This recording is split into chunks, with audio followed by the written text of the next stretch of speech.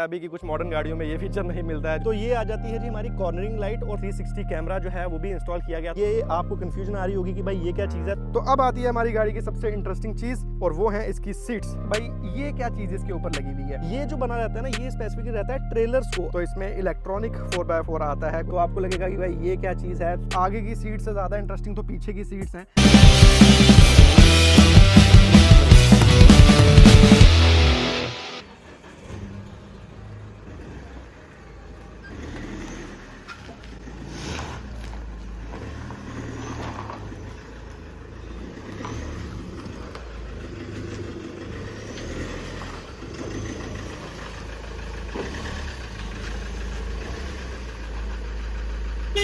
So hello everyone, good evening. मैंने इस channel पे कब्जा कर लिया है। अरे भाई ये सब चैनल पे ही कब्जा हो जाता है मतलब। आज ये चैनल की वीडियो भी मैं स्टार्ट करूंगी। मैंने सब चैनलों पे कब्जा कर दिया है एकदम। जोक से पार्ट तो क्या है, अभी 3-4 दिन हो गए अपनी गाड़ी लाए हुए। तो मम्मा क्या है कि दिन को उनको लेकर गए थे, बिजी थे। तो एक ये वीडियो था, मेरा बड़े देर से मन था, जिस दिन ली थी उसी दिन से मन था कि मुझे ये वीडियो बनानी है।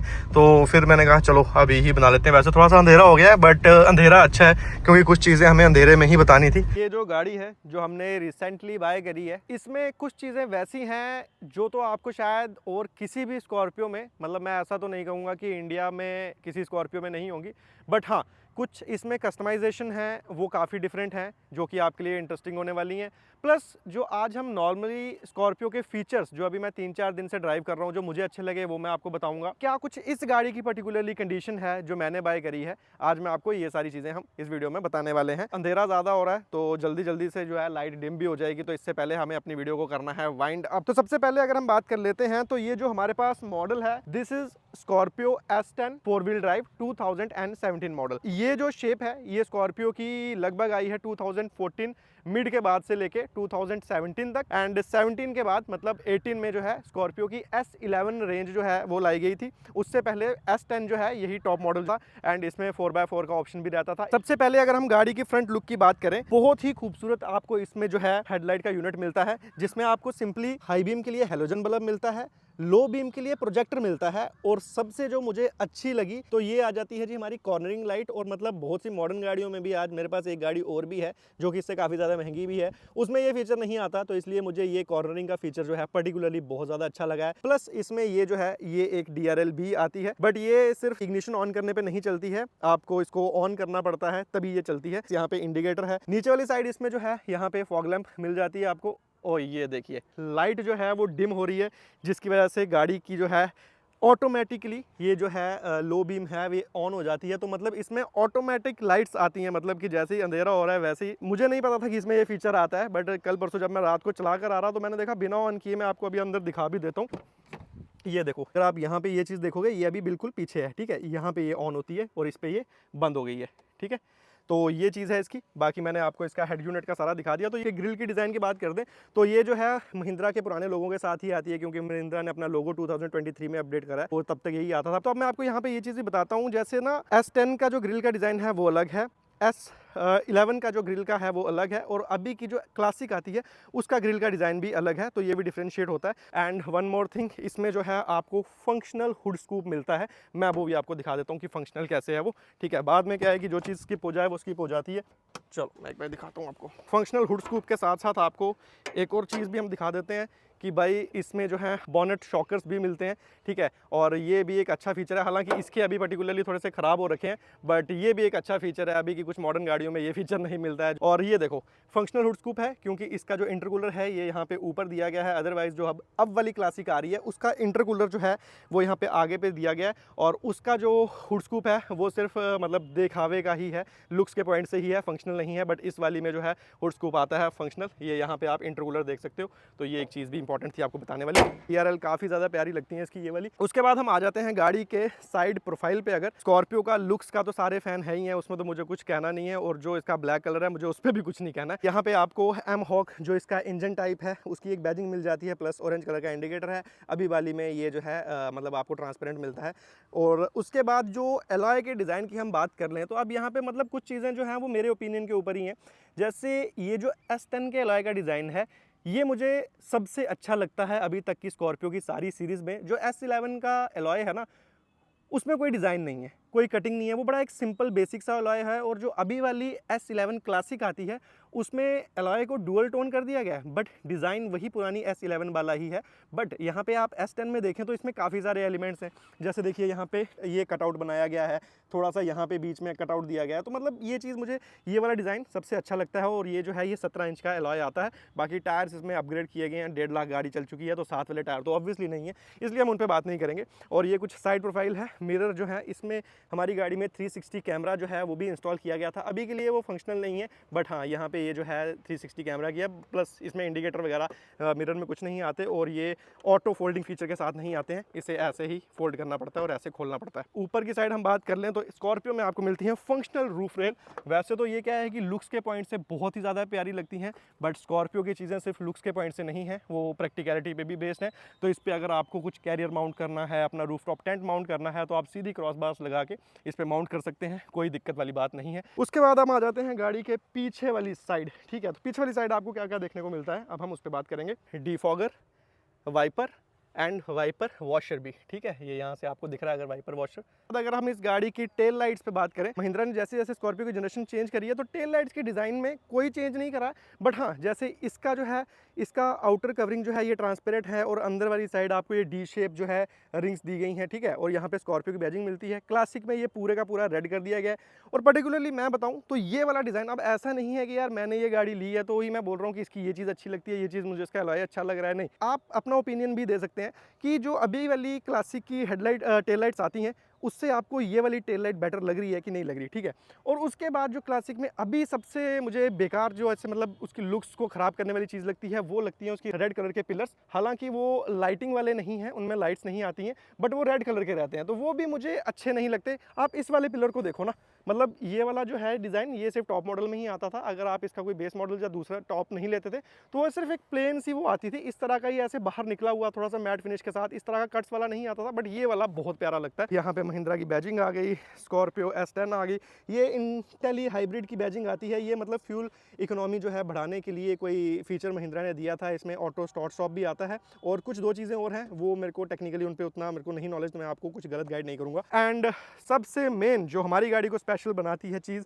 वो है इसका 4 व्हील ड्राइव। हालांकि इस पे महिंद्रा जैसे अपनी थार बार पे तो 4x4 लिखता है, 4x4 लिखता है, बट यहाँ पे इन्होंने 4 व्हील ड्राइव लिखा गया है। हालांकि 4x4 and 4 wheel drive same ही चीज़ है, कोई फर्क नहीं है। बट ये वाला शायद थोड़ा सा एस्थेटिक लगता है, छोटा है साइज में भी महिंद्रा ने इस वजह से दे दिया होगा। पीछे वाली साइड आपको बम्पर में मिलते हैं पार्किंग सेंसर्स प्लस कैमरा। सबसे इंटरेस्टिंग चीज़ जो है हमारी गाड़ी को, जो कि हमारी गाड़ी की पहचान है, वो है इसका टोइंग हुक। ठीक है, तो ये टोइंग हुक का मैं बहुत बड़ा फ़ैन था, बहुत टाइम से ढूंढ रहा था, एंड फाइनली मुझे ये गाड़ी मिली इस टोइंग हुक के साथ। ये वाला हुक यहाँ पे भी मिलता है, इस पे भी नीचे कुछ कलाकारी हुई है, उसमें मैं बाद में आता हूँ।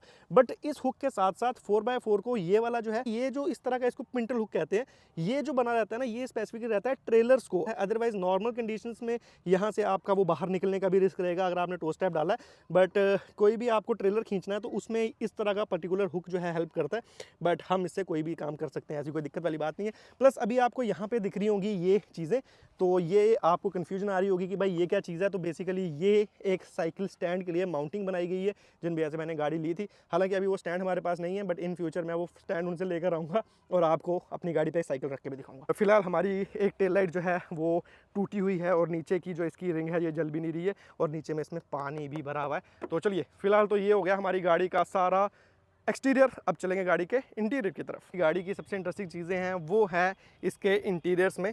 तो मैं आपको जो कंपनी के साथ वाली चीज़ें हैं वही बताता हूँ। तो सिंपल सा इसका जो है ये बोर्ड आता है, कोई इसमें खास नहीं है। 4 पावर विंडोज़ हैं, उसमें से एक जो है वो हमें ऑटो मिलती है, बाकी ऑटो नहीं है। और ये हमारा चाइल्ड लॉक आ गया। जैसे इसका ये यहाँ पे जो होल्डर की ये साइज़ दिया हुआ है ना, ये साइज़ छोटा है। ठीक है, इसमें कुछ भी नहीं आएगा।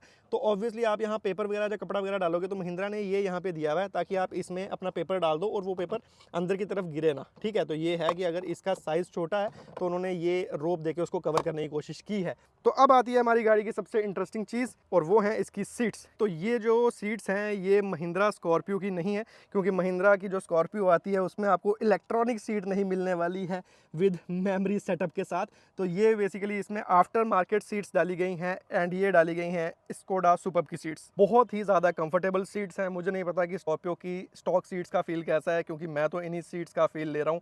और ये इलेक्ट्रॉनिक सेटअप के साथ आती हैं एंड ये इलेक्ट्रॉनिक सीट्स चारों हैं। मैं पीछे की सीट्स भी दिखाऊंगा। जैसे हाइलक्स में हमारे पास सिर्फ एक इलेक्ट्रॉनिक सीट आती है कंपनी की तरफ से, बट इसमें उस साइड वाली भी इलेक्ट्रॉनिक है। प्लस आपको एक थोड़ी सी कन्फ्यूजन लग रही होगी, बहुत से लोगों को पता भी होगा, बट अगर जिनको नहीं पता तो भाई ये क्या चीज़ इसके ऊपर लगी हुई है, तो ये हमारा है सीट वेंटिलेशन प्लस मसाजर। ठीक है, काफ़ी बेसिक और सिंपल सी चीज़ है। इसमें आपको कुछ कट वट नहीं करना है। सिंपली ये देखो यहाँ पे ऐसे लगा हुआ है ना, इसको आपको अपनी सीट पे बिछाना है और ये इसका यहाँ से वेंटिलेशन है।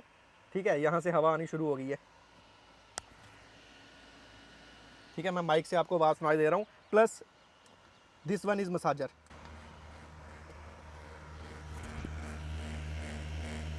और इसकी जो वायरिंग है वो आप सॉकेट में सीधा डाल सकते हैं, बट भैया ने इसकी वायरिंग जो है वो डायरेक्ट कर रखी है, तो जो कि एक प्लस है। तो ये यहाँ पे फ्रंट की दोनों सीट्स पे कर रखा है, तो ये इस गाड़ी की एक स्पेशल चीज़ है। बाकी इलेक्ट्रॉनिक सीट्स पूरी तरह से वर्किंग है। ठीक है, मैं आपको पीछे करके भी दिखा देता हूँ। बढ़िया है, स्कोडा सुपर्ब की सीट्स हैं, बहुत ही कंफर्टेबल है। ये तो आ गई बात सीट्स की। उसके बाद हम देखते हैं तो इंटरफेस गाड़ी का बहुत ही प्यारा है। क्रूज कंट्रोल इसमें आपको मिलता है, बाकी म्यूजिक सिस्टम के कंट्रोल्स आपको यहाँ पे मिल जाते हैं। यहाँ पे आपको मिरर्स की एडजस्टमेंट मिल जाती है। फ्यूल लिड आपका यहाँ से ओपन होगा, पीछे का डीफॉगर आ गया एंड हेडलाइट्स की आपको एडजस्टमेंट मिल जाती है। ये सिस्टम भी इसका स्टॉक है, ये कंपनी की डिस्प्ले ही इसमें आती है। माइलेज यहाँ पे दिखाता है, रेंज दिखाता है, टायरट्रॉनिक्स दिखाता है, reverse camera, alert, service info. Like ठीक है यार, ठीक है। ऑटोमेटिक एसी आपको मिल जा रहा है और 5 स्पीड जो है ये ट्रांसमिशन आता है। जो S11 आई थी वो 6 स्पीड के साथ आई थी, बट इसमें जो है 5 ही गियर आते हैं। This thing is the most important चीज़, इस गाड़ी को सबसे खास बनाती है इसका ये 4x4 का गियर नॉब। तो इसमें इलेक्ट्रॉनिक 4x4 आता है, कोई ऐसा लीवर वीवर नहीं है जैसा आपने थार में देखा हो, यहाँ पे लीवर आता है उसको खींचना है, ऐसा वैसा नहीं है। बाकी इसमें ट्रैक्शन ट्रुक्शन कुछ नहीं है। हाँ, ABS वगैरह इसमें है। उसके बाद आपको यहाँ पे ये भी दिख रहा है, अभी के लिए ये वर्क नहीं कर रहा है, but this is a volt meter. ये आपको बैटरी की दिखाता रहता है हेल्थ की, भाई वो कितनी ड्रेन हो रही है, क्या कुछ है, बट अभी के लिए ये वर्क नहीं कर रहा है। बट उसके बाद हमारी गाड़ी में इंटरेस्टिंग क्या है, डैश कैम लगा हुआ है। सनशेड्स इसके बेसिक से ही हैं। मिरर बहुत छोटा है, ये मुझे पसंद नहीं आया। और ऊपर से उसकी जो लाइट्स हैं ये भी मुझे बहुत अच्छी लगी। ठीक है, ये देखो कितनी बेसिक सी लाइट है। और इसमें क्या है, जैसे आपने ये ऑन किया ना, इसको आप यहाँ भी कर सकते हो, यहाँ भी कर सकते हो। तो स्कॉर्पियो की ये रीडिंग लाइट्स काफ़ी ज़्यादा अच्छी लगी मुझे। उसके बाद आपको एक और चीज़ दिखेगी, तो आपको लगेगा कि भाई ये क्या चीज़ है, एयर प्यूरीफायर। ठीक है, ये एयर को प्यूरीफाई करता है। भैया ने लगाया हुआ था तो मुझे आइडिया नहीं था, बट इसमें मैं आपको अगर दिखाऊँ इसकी फंक्शनैलिटी, देखो अभी ये यहाँ से ऑन है, ये कुछ जल के दिखा रहा है। तो इसमें अंदर एक छोटा सा फिल्टर आता है। ठीक है, और इसमें एक परफ्यूम भी आती है, तो उस तरह से ये काम करता है। किसी दिन आपको जानना होगा कि ये कैसे काम करता है, तो वो मैं आपको डिटेल वीडियो में पूरा बता दूंगा, बट काफ़ी इंटरेस्टिंग है, छोटी सी चीज़ है। ये तो होगी फ्रंट की बात। अब चलते हैं गाड़ी के पीछे। देखो अंधेरा भी ज़्यादा ही होता जा रहा है। अब आप पीछे की सीट्स देखो, सही है। आगे की सीट से ज़्यादा इंटरेस्टिंग तो पीछे की सीट्स हैं। ये गाड़ी जो है 7 सीटर थी, बीच में एक लंबी सी सीट आती है, बट हमने इसको बना दिया है 5 सीटर। यहाँ पे तो 2 ही बैठेंगे, एक बंदा पीछे बैठेगा।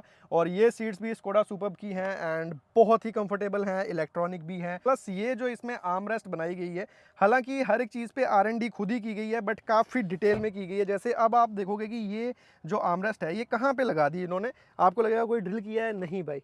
इसको सीधा वो जो पीछे सीट्स की एडजस्टमेंट आती है ना, उसी में जाके यहाँ पे देखो बकलअप किया हुआ है। तो ऐसे नहीं है कि जहाँ मन किया वहीं छेद मार दिया, चीज़ लगाने के लिए प्रॉपरली किया है। और बहुत ही कंफर्टेबल सीट है भाई इसकी, मतलब मैं तो अब आपको क्या ही बताऊँ यार। ये देखो बीच में इन्होंने एक थोड़ा सा इसमें स्पेस भी दिया है, प्लस यहाँ पे 2 कप होल्डर्स दिए हुए हैं। मेरा चश्मा पड़ा हुआ है, एक जूस की बॉटल पी थी। And seats are really really really very comfortable. तो अगर 4 लोग तो इसमें जा रहे हैं और मैं अपनी फैमिली के साथ ट्रैवल कर रहा हूँ, this is gonna be a very comfortable car. ये यहाँ पे एक स्पेस सा दिया हुआ है, यहाँ क्या डलेगा, सिगरेट की डब्बी डल सकती है, और तो कुछ नहीं डल सकता है इसमें। पेन भी डल सकते हैं खैर, और बॉटल भी डल सकती है नीचे। चलो जी, पीछे की हम बात कर लें। सो पीछे क्या है खास, पीछे कोई सामान पड़ा हुआ है। उस साइड की जो रियर सीट है वो तो निकाल दी गई है, बट इसको इमरजेंसी के लिए रखा गया है कि कभी कोई बंदा आ जाए तो हम इसको नीचे करके बिठा सकते हैं। बाकी सब ऊपर पड़ा है, म्यूजिक सिस्टम इसमें काफ़ी अच्छा डला हुआ है, और ये जैक वैक मेरे काम ही आ जाएंगे। बाकी सारा सामान जो है हमने दिखाई दिया है। तो यही था हमारी स्कॉर्पियो का एक डिटेल्ड रिव्यू। तो ज़रूर बताइएगा कैसी लगी आपको हमारी ये स्कॉर्पियो। मतलब ये स्कॉर्पियो है, ये तो इसकी खासियत है ही है, बट पर्टिकुलरली इस कार में और क्या क्या चीज़ें हैं वो भी हमने आपको सारी बताई। एंड इन फ्यूचर भी हम इसमें बहुत सी चीज़ें करने लगे हैं। अभी के लिए मैं आपको बताऊं, मुझे टेल लाइट का डिज़ाइन अच्छा लगता है, ग्रिल का डिज़ाइन अच्छा लगता है, एलॉयज़ का डिज़ाइन अच्छा लगता है, बट इन फ्यूचर मैं कंटेंट के लिए बहुत सी चीज़ें इसमें चेंज कर दूंगा। तो आज की वीडियो में जो चीज़ मुझे अच्छी लग रही है, अगर इन फ्यूचर मैं उसके साथ छेड़छाड़ करता हूँ तो आपने उनमें कमेंट्स नहीं करने हैं। आज की वीडियो की बातें यहीं पे इसी वीडियो पे ही ख़त्म करेंगे। बाकी क्योंकि हमने ये गाड़ी ली है तो काफ़ी सारे आपके कमेंट्स भी आ रहे हैं कि इसको ऐसा बनाओ वैसा बनाओ, तो हम आपकी बात भी ज़रूर मानेंगे। आज की इस वीडियो के लिए फ़िलहाल इतना ही है। वीडियो अच्छी लगे तो चैनल को सब्सक्राइब जरूर कीजिए। डेली व्लॉग्स आ रहे हैं, अपना प्यार दिखाते रहिए, अच्छे कमेंट कीजिए जिससे हमारी मोटिवेशन बनी रहे। तो बहुत जल्द कुछ नया लेकर हम आएंगे इस गाड़ी पे। बाकी ऐसी कुछ इसकी आफ्टर मार्केट चाबी दिखती है, ये नहीं दिखाई मैंने आपको, एंड इंजन भी नहीं दिखाया। So this comes with the 2.2 litre mHawk diesel engine जो कि आता है 130 bhp के साथ। 4 सिलेंडर इंजन है and 300 newton metre of torque के साथ आता है। तो काफ़ी पंची इंजन है, टॉर्क तो इसका फील होता है जैसे ही क्लच उठाते हो। बाकी परफॉर्मेंस इसकी तो अब आपको अगली वीडियोज़ में ही दिखेगी, 4x2 में भी और 4x4 में भी। See you next one, till then bye bye and take care and keep supporting, bye bye.